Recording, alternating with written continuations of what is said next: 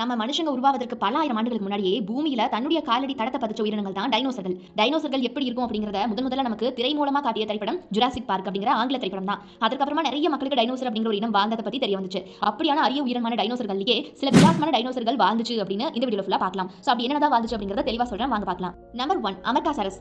கிரேட்டேஷியஸ் காலகட்டத்துல, ஆரம்ப காலகட்டத்துல பாத்தீங்கன்னா 145 வருஷங்களுக்கு முன்னாடி அந்த ஆண்டுகளை சேர்ந்த டைனோசராக பாத்தீங்கன்னா அமெர்காசரஸ் தான் இருக்கு. இதனுடைய தலை முதல் வால் வரைக்கும் மொத்தமா 30 அடி நீளமும் 2 முதல் 3 டன் எடையும் இருக்குமா. அமெர்காசரஸ் கழுத்தை சுத்தி முள் மாதிரியான அமைப்பை கொண்டிருக்குமா, அந்த மாதிரியான ஒரு இனம் தான் இது அப்படின்னு சொல்றாங்க. இதுல பெண் அமெர்காசரஸ் பாத்தீங்கன்னா ஆணோட இன சேர்க்கையில் ஈடுபடும் பருவத்துல ஆணினங்கள் அதனுடைய முதுகெலும்பால் ஈர்க்கப்படுமா. நம்பர் 2, கோஸ்மோசெராடப்ஸ். சோ இப்படின்னா என்ன தெரியுமா? இதுக்கு பொருள் பாத்தீங்கன்னா கோஸ்மோ அப்படிங்கிறது கிரேக்க சொல்ல இருந்து வந்தது. இதற்கு பாத்தீங்கன்னா அண்டம் அப்படிங்கிற பொருள் வரும். கோஸ்மோசெராடப்ஸ் அப்படிங்கிறது காண்டாமிருகம் மாதிரியே இருக்கக்கூடிய ஒரு டைனோசர் வகை தான். சோ இது பாத்தீங்கன்னா தன்னுடைய தலையின் மேல் பகுதியில் அலங்கரிக்கப்பட்ட ஒரு மடிப்புகளும் அதற்கு கீழே கொம்புகளும் வச்சிருக்குமா.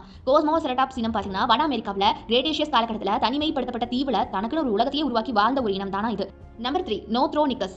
மத்திய ஆசியாவில் டெரினோசர்ஸ் அப்படிங்கிற பானை வயிறு மற்றும் நீண்ட நகங்களை கொண்ட வினோதமான டைனோசர்கள் வாழ்ந்து வந்துச்சு.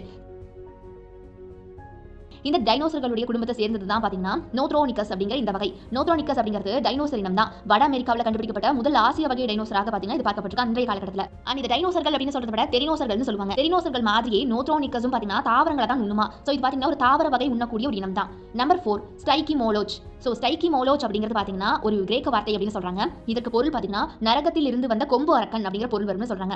இந்த ஸ்டைகிமோலோச் பார்க்க பாத்தீங்கன்னா ரொம்ப பயங்கரமான தலையமைப்பு கொண்டிருக்கிறதுனால இந்த பெயர் வாங்கியிருக்கான். ஸ்டைகிமோலோச் அப்படிங்கிறது தன்னுடைய இணைகளை பெறுவதற்காக ஆண் டைனோசர்கள் ஒன்னோடு ஒன்று போட்டி போடுமா, முட்டிக்குமா. சோ அந்த மாதிரி போட்டி போட்டு தான் பாத்தீங்கன்னா தன்னுடைய பெண் இனத்தை கூட சேருமா. நம்பர் 5, குலின்ட்ராட்ரோமியஸ். குலின்ட்ராட்ரோமியஸ் அப்படிங்கிறது ஒரு பறவை இனம். இது 2 கால்களை கொண்டு பறவை மாதிரியே பறக்கும் தோற்றத்தோடு இருக்குமா.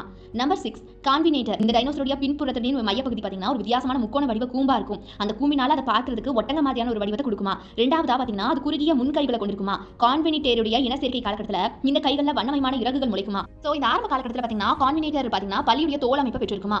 நம்பர் 7, ஓரிகோட்ரோமியஸ் அப்படிங்கிற ஒரு வகை. இது பாத்தீங்கன்னா 50 பவுண்டுகள் எடையும் 6 அடி நீளமும் உடைய ஒரு டைனோசர் வகை. இது பெரிய விலங்குகள் மாதிரியே காடுகளில் வாழக்கூடியதுதான். இது ஒரு வித்தியாசமான இனமாக அந்த காலகட்டத்தில் பார்க்கப்பட்டிருக்கு. இது தெற்கு, இடக்கோ மற்றும் அமெரிக்காவில் வாழ்ந்திருக்கு. இது தன்னுடைய கூர்மையான நகங்களை பயன்படுத்தி வேட்டையாடும் விலங்கா.